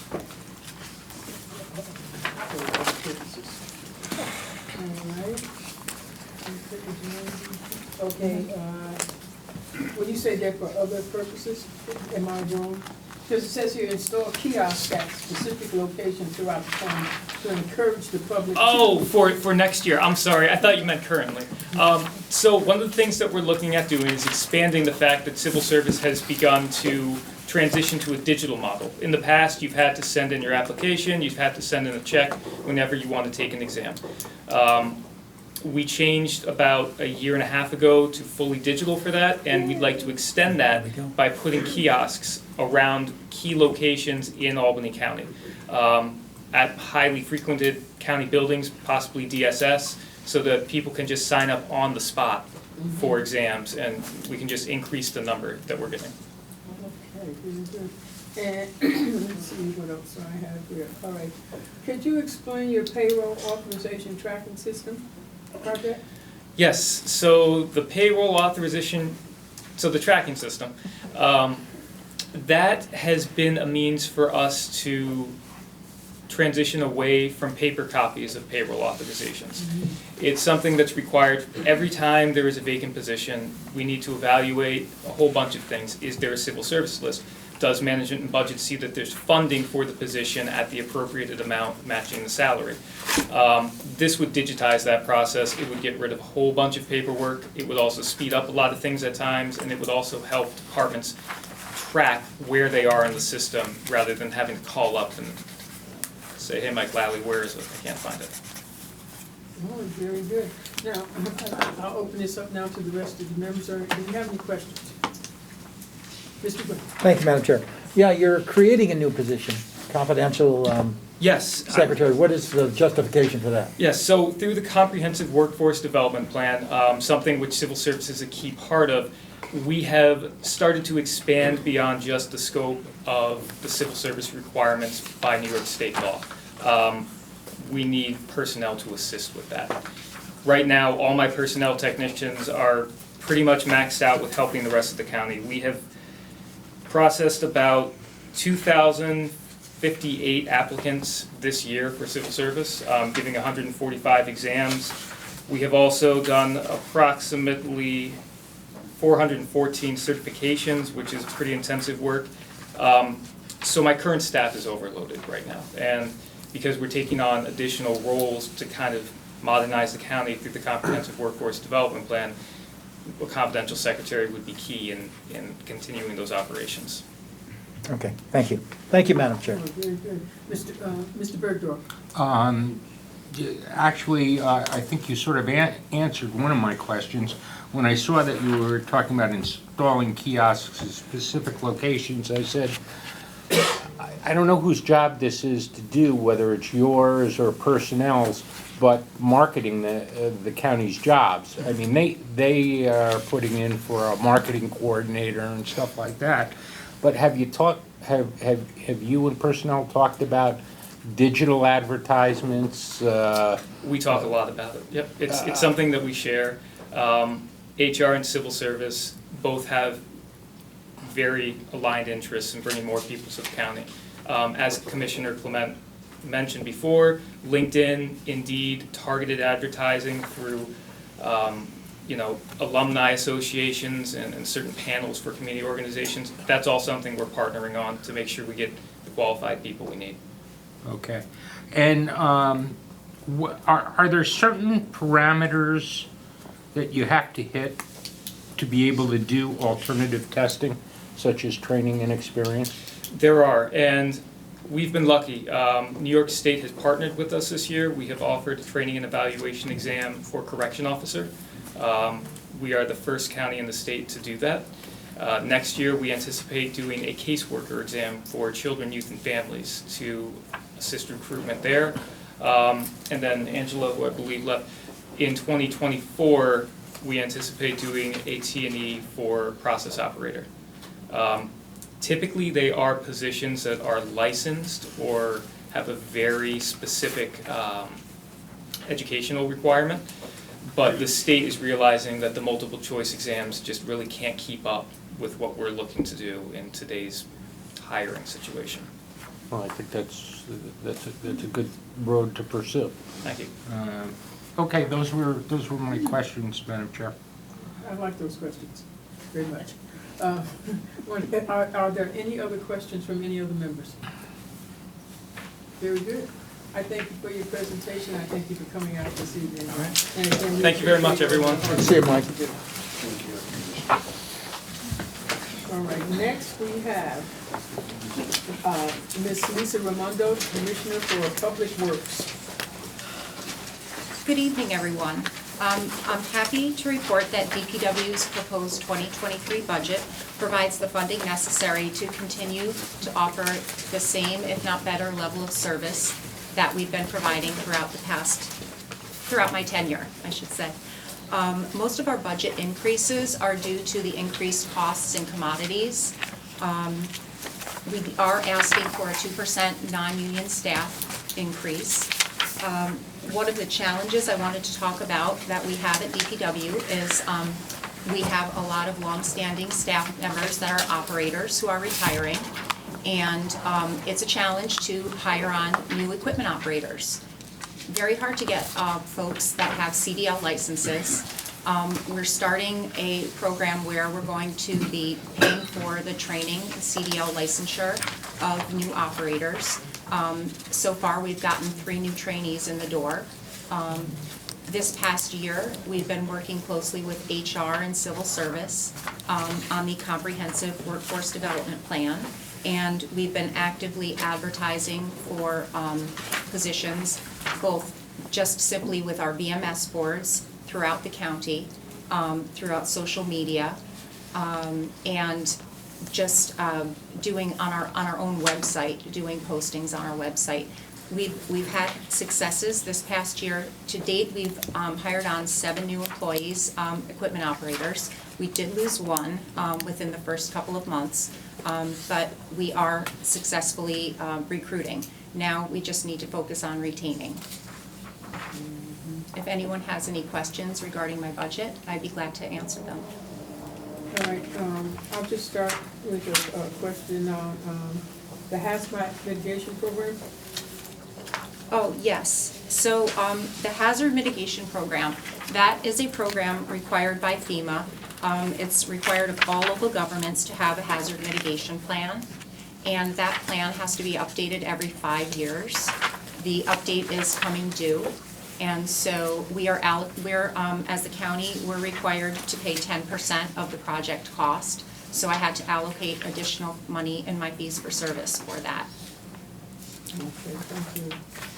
What I'll do right now, I'll just, can you explain stormwater program check line, please? Sure. Are you talking about the personnel line or fee for service? The personnel line? Yes. Okay. So we currently have a stormwater program technician, but he was sitting in a line that did not match his title. So we created the stormwater program technician line to match the actual work that he does. We had an electrician line, and we determined that it was more cost effective for us to pay for our electrical items on just like a fee-for-service basis rather than have an electrician on board. So vacating the electrician line enabled us to raise the salary of the stormwater program technician in order to make it competitive and be able to help us retain our employees. All right, thank you. And also to your fees for services has doubled. Oh, she did. Okay, I'm sorry. Yep. I think I got all my questions answered here. Can I ask for any questions from the members? Mr. Grimm? Thank you, Madam Chair. Yeah, I'm going over all the highlights, and I like how you quantify, you've paved this many roads and these many culverts, but I'm wondering, how do you measure quality of your work, especially when you have so many people in so many different areas? Just how do you do that? Well, that's a good question. As far as quality of in-house work, I don't have a specific metric other than I've seen throughout the past 6 years that I've been on board, we are producing more in-house work each year, and it's evidenced by the numbers of pipes we're replacing along the roadways, the amount of material that we're using. So from a productivity standpoint, we are producing more. As far as quality, the quality of the workmanship that we do is excellent. And we found that now we handle certain smaller culvert replacement jobs that we would have otherwise farmed out. And we're able to do that because we've invested in some excellent equipment that enables us to do the earthwork ourselves and save us actually hundreds of thousands on certain culvert projects, as if we had to hire them out to a contractor. So you're doing with your own people, they're doing this work, and Correct. saving money from going outside. Is everything inspected at the end? I mean, how do you determine, okay, this is definitely quality work, let's move on? Well, put it this way, if we see, if a culvert's installed and if we were to see that water was still able to move around through it, or if we saw that, it happens pretty quickly after the road is open up. If you happen to see cracks on the shoulders and such, it's apparent that there's an issue. Visually, we inspect the job before we open it to traffic, of course. And to be honest, we generally don't have problems on the projects that we do. Okay, thank you. Thank you, Manager. Yes. Mr. Mayo? Just one quick one, and excuse my ignorance, but equipment operator one, do they have a CDL? Yes, so an equipment operator one has a CDL. However, we have what's called also an equipment operator one trainee, and those trainees are in the equipment operator one position. So when we hire on a trainee, they will sit in that operator one position and obtain their CDL while in there. Okay, is that why some of the salaries are like 21,000 or? So some of so that's a good question. So some of our salaries, because the cost of like commodities and such have increased, when our striping contract came in this year, it was like double the price that it normally was. We had to stripe our roads, and we didn't have enough money in our budget to pay for it under the striping line. So in order to make sure, the striping happened, we had to take money out of vacant lines in order to pay for, subsidize that striping line. So 27,000 is not like an accurate depiction. That's like the amount, that's, the salary after it was, taken to pay for striping. Striping deduction, yeah. Yeah. Dipping. Striping deduction. Yeah. Do we have any other questions? All right. Mr. Bergeron? Thank you very much. Lisa, you're 6 operators down, according to your submittal. Are you going to have the ability to cover your 2 shifts of plowing with the existing staff you have? Or is it going to be sort of a mandatory overtime situation, or? It's a challenge, and it will be a challenge because some of the operators we did hire on are trainees, so they're not trained in one-person plowing. We were in the same boat last year, and we managed. Sometimes if we don't have enough employees, foremen actually have to jump in and do some of the plowing operations. So we managed, but it's not optimal. We would be able to clear the roads obviously much quicker if we were up to speed with employees. So, Okay. How are you the price of gas is up, obviously, and we haven't seen the end of that, I don't think. mhm. You use salt? Yes, our And- salt is up as well by about 25% this contract. Okay. Yeah. Do you have that price is locked in for is. 2023? It begins for this season, this winter season, so like November, December, Yeah. and then through January, February, March. Okay, so and then it's it really a gets- plowing season lock in. Correct. So that should be a stable number that you can budget for. That's a stable number. There's a fuel surcharge and that can happen too, so it could go up, but I've hopefully budgeted enough for it. Okay. Same thing with gas. How do you So, if gas goes to right, I a mean, very larger number than the large number it's at now, right. what happens? Are we locked in, or we have a floating rate, or what do we have? We don't have, we're not locked in. The gas prices change and that we're subject to those prices. I increased the budget to reflect, so we needed more money in our budget this year to get us through. And so I increased my budget for next year to reflect the inflation that's already taken place and some. That said, if it virtually almost doubled last year, could it double again?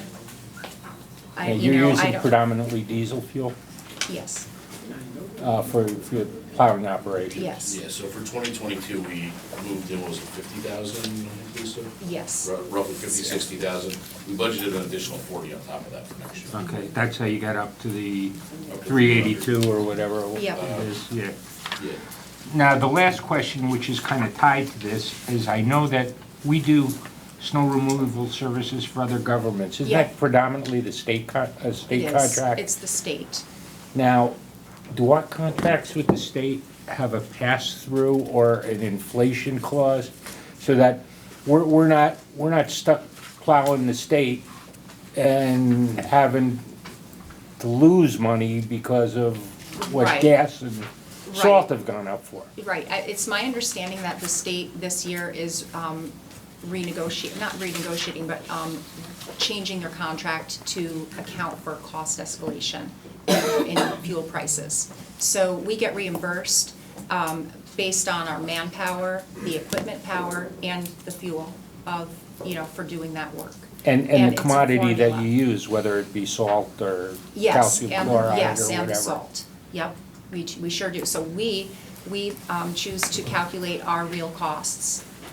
Some municipalities don't, they'll use some kind of a fraction and take a gamble, and they may win some years and lose some years. We have a staff on board that calculates our actual cost to Okay. deliver. Dave, are you comfortable that the state is gonna reimburse us for that? Yeah, I actually, before Lisa was ever the commissioner, I did a whole audit on that with the previous comptroller dealing with that. So I'm pretty familiar with it. It's the actual cost faster. Okay, all right.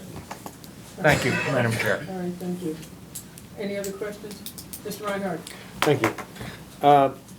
Yeah, on question 14, you talk about the risks that you have, and you mentioned commodities like fuel and electricity and salt. Yeah, And I guess I was kind of curious, first of all, please educate me. You refer to subdivisions. Is this like a complex of buildings and storage sheds and fuel tanks and? yeah, so basically, we have our 7 different subdivisions for Knox, Okay. Westerlo, and that. And each one has their own salt shed, their own highway garage, and their own office space. They're all very old, antiquated. So Rensselaer, in Rensselaerville, for example, that building was old, but not so old that we couldn't rehabilitate it. So we rehabilitated that one in-house, and we are actually saving money with our fuel expenditures based on all of the upgrades we did. Fully insulating it, upgrading all the doors, the new roof, new heating systems. Putting in heat pumps, I hope. Well, propane out there, it's so cold. It's tough to keep up with the cold. So do you, when you analyze these costs, are you doing energy audits either for like, looking at your vehicle use and seeing if you can save on diesel by, scheduled maintenance of your vehicles or things like that? And with buildings, it sounds like you're, when you build a new building, you're obviously making it efficient. But have you done any energy analysis of these facilities to say, what's the best forward, what's the best investment to minimize costs and minimize the risk of higher costs? Yes, we actually worked with Luke Martin and, Luke Rogers, with a company that went in and assessed our buildings for energy efficiency and made recommendations on, whether or not it was worth changing out the heating system. For example, like in our main office, we have a boiler.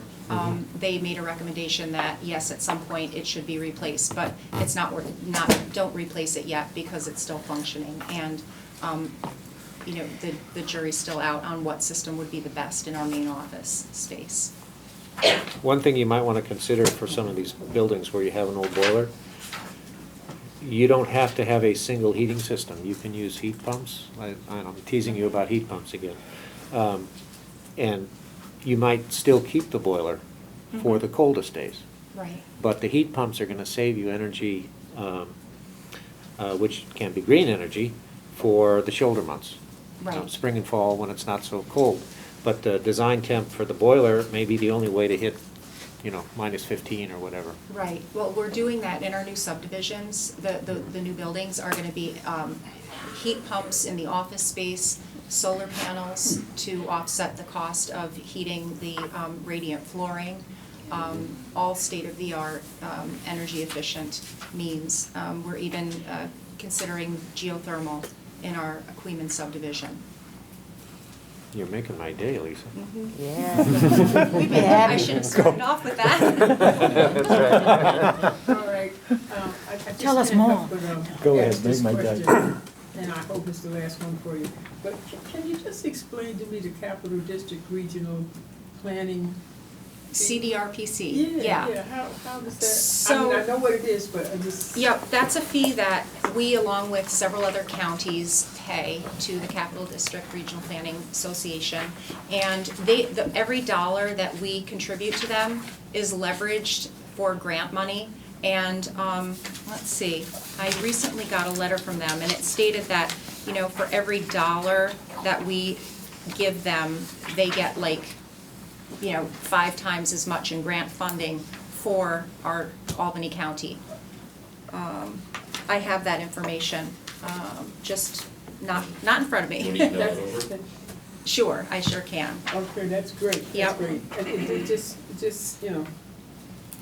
caught my eye, so I just wanted to know, Okay. how it wound up in, Public Works. Oh, I have it here. Here we go. For every dollar that we contribute leverages $5 in grant funding. So it's a worthy investment. Interesting. All right, I thank you tonight for your presentation and your thoroughness. And again, we also want to make sure that you know that we appreciate all the hard work that your department does. Thank you so for much. Albany County. Thank you. It's good to see everyone in person. Bye-bye. Lisa, when you finish that super green building, I want a tour. Me too. We'll be there. Super green. We're the greenies.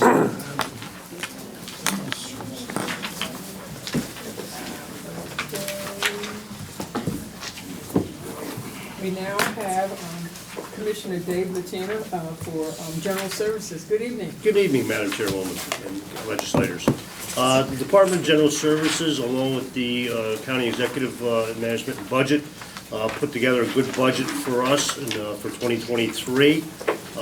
We are more of a, I want to say, back house operation. We take care of most of the county workforce and the county buildings. We have, in our general services, we have 10 subdivisions, including central supply, plans purchasing, to mention a few. And we look forward to working with everybody. All right, wonderful. I'll just start, I have just a couple of questions. Your fees for services line, Yes. under fleet management, on page 114. Get my addresses here.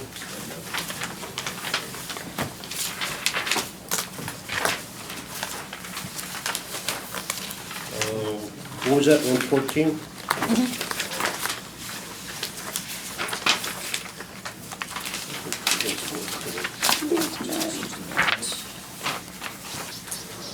In the 1620, fees for services?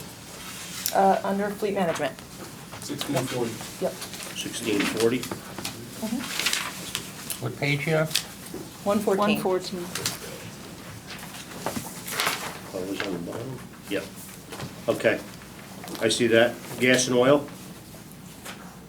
So we're It's above the actual. fees for service? Just above it. Oh, fees for service, that's for repairs on vehicles, repairs, parts, keeping the upkeep of the vehicles, inspection services, oil changes, all that. Okay, thank you. Thank you very much. Do I have any questions from any other members at this time? Mr. Mayo? Dave, if we gave you $450,000, would you be able to look into the office space available and maximize office space and restacking? I see you did it at the Shaker Place Complex. Would you be able to do that for the entire county? Have you been consulted by the county executive? We have been consulted. We don't have really the manpower to go through every building. I think you're talking about the study that they wanted to do. You're talking about counting every piece of furniture, every square footage. Square footage we have, we know what the square footage is, but doing the, counting of all the furniture, putting those into the database, get all those along those lines, and then trying to turn around and find out the best places for them. We're more of, you tell us what you want, we'll make the design for it, and we'll put you in there.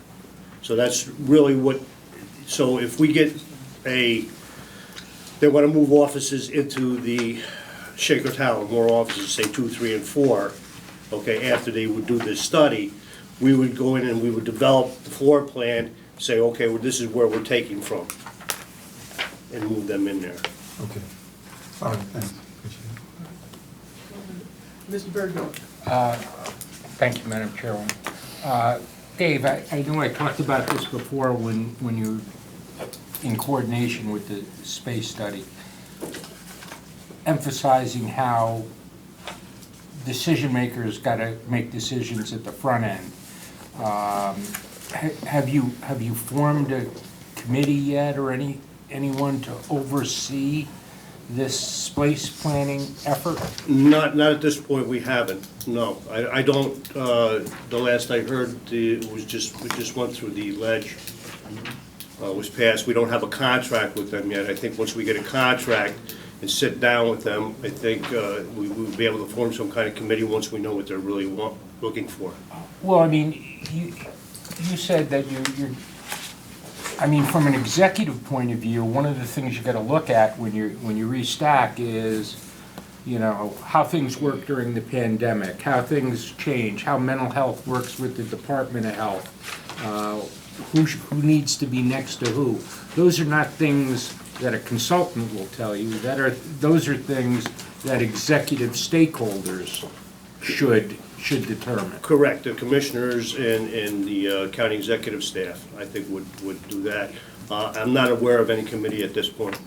Okay, but when we talked about this, phase 1 was going to start, October 1st, and they said it was going to be done in 6 weeks, but you thought it would be done in 8 to 10 to 12 weeks. Right. I just got to emphasize once again, and for the folks from the county executive's office who may be here, that the oversight in the beginning is absolutely critical, because you can't change things in the middle of the game, because it affects all the decisions that you've made. Yes, you're absolutely right. But it's, I'm not, I don't want to say I wouldn't be part of that committee, but I wouldn't be the one to form the committee. Okay. You know what I mean? I would get after the committee was formed. Dave, you understand what I'm talking about, Yeah, but right? to the commissioner's point, there's not even a contract in hand yet. Like, Right. You're putting the cart in front of the horse a little bit there. I get your point, and that's a Yeah. point well received. But the fact that he doesn't have it, you know, or we don't have it stood up yet. I wasn't chastising the commissioner, I was just trying to say how important it is. I agree with you. The day after the contract is signed, there should be a committee in place to give that oversight. All right, thank you very much. Mr. Backus? I would be remiss if I didn't mention the changes at the Board of Elections plaza, which I like to call it. I don't really know what you call it, but Well, the health complex, they like to call it the health complex. that will be coming. I was kind of sad that you didn't, have it as exciting in the next year project, whatever. And I was wondering if you had any plans for upgrading the health department. Yes, right now, we just received a proposal for the emergency generator power down there to power the CAC Health Department, or Mental Health, and the Board of Elections, full power for that building there. We're planning on doing some more exterior work on the outside of the building.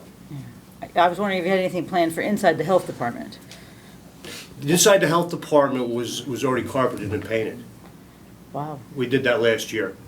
interesting. Okay. Okay. Most of all the buildings have been recarpeted and painted. DSS has been done, health department's done, mental health has been done, so they've all been painted and carpeted. Thank you. All right, thank you very much. Mr. Glenn? Thank you, Madam Chair. My item 15 question, Dave. Please list performance indicators and metrics used by your department and current statistics for those metrics, and your answer is none. Well, how do you measure the value of your department and the value of each employee? Well, like I said, we measure our value, we're not like, we don't have any statistics like you would like to see. We don't have those in general services. What we have is the operations aspect of it, taking care of our security, knowing that our security's are doing a great job, our custodial is doing a great job. Those are the metrics that we're going by. Not so much statistics that we can tell you, well, this is working or this is not working. But if you don't have any data, how do you know how well you're doing? Well, it's my, maintenance mechanics and custodials and those types of jobs you really can't put a statistic on them. It's either it works or it doesn't work. Well, some employees are doing a better job than others. There's no way of tracking any of that? Well, can I just interject here? I think early on, there was some explanation that performance and appraisals of certain positions, I believe, especially here, are controlled by the union contracts. Correct. Yes, that is correct.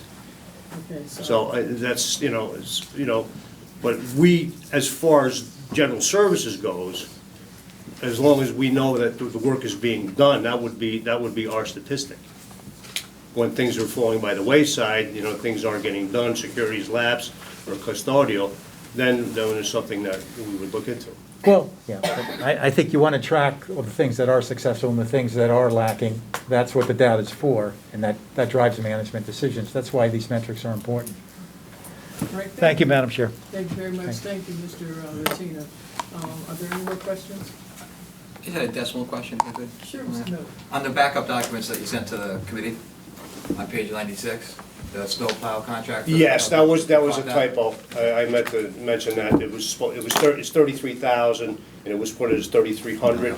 But that 33,000 is just a fixed number. We don't know what we're going to use in that contract at that point, because it's per storm. Right, but you caught that. It is, yeah. It affects the bottom line, obviously. Yeah. $30,000 difference. It's just, you know, I think, by all said and done, I mean, our fees for service is only up 0.09% for our fees for services.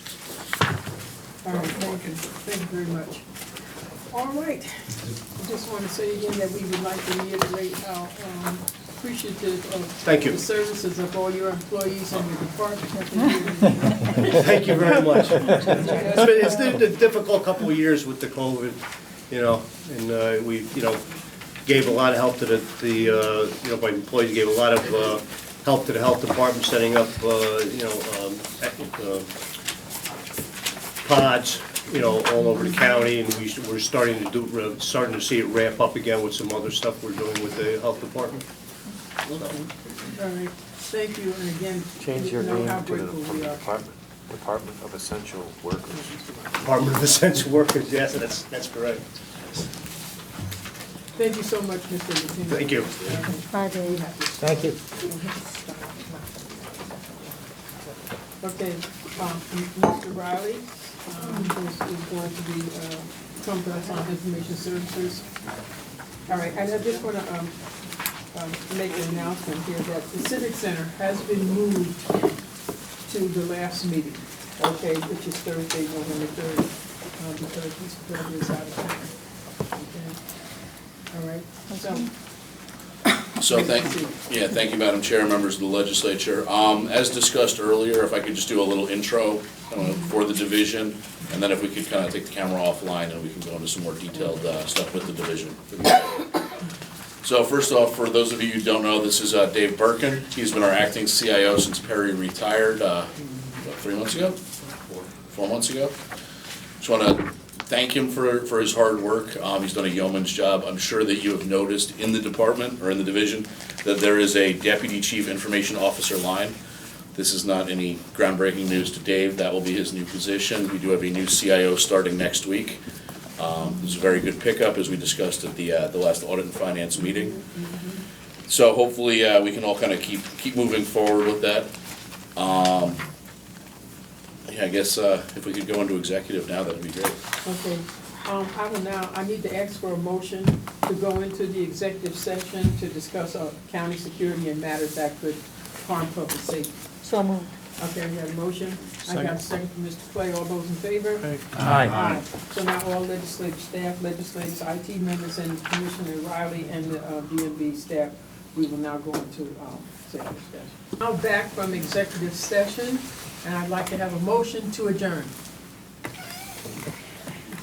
We have a motion to adjourn. Can I get a second? All those in favor? Aye. We're adjourned. Good night. Good night.